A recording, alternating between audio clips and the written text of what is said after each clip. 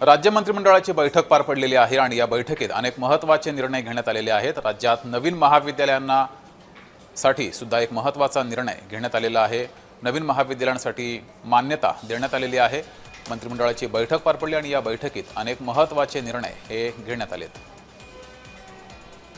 अधिक माहिती घेऊया आपल्या प्रतिनिधी ज्योत्स्ना गणे आपल्या सोबत जोडल्यात। ज्योत्स्ना, मंत्रिमंडळाची बैठक पार पडलेली आहे, कोणकोणते महत्त्वाचे निर्णय घेण्यात आलेत?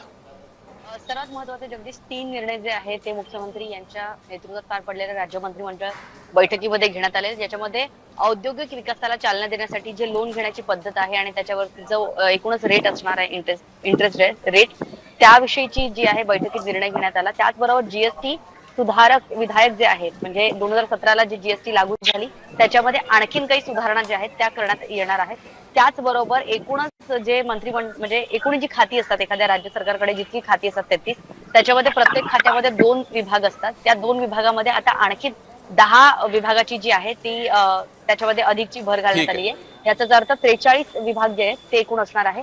असे विकासाच्या कामाची चालना देण्याचा आज मंत्रिमंडळात निर्णय घेण्यात आला। विकासाच्या दृष्टिकोनातून काही महत्त्वाचे निर्णय घेण्यात आलेले आहेत। ज्योत्स्ना, तुम्ही अशाच जोडलेले राहा।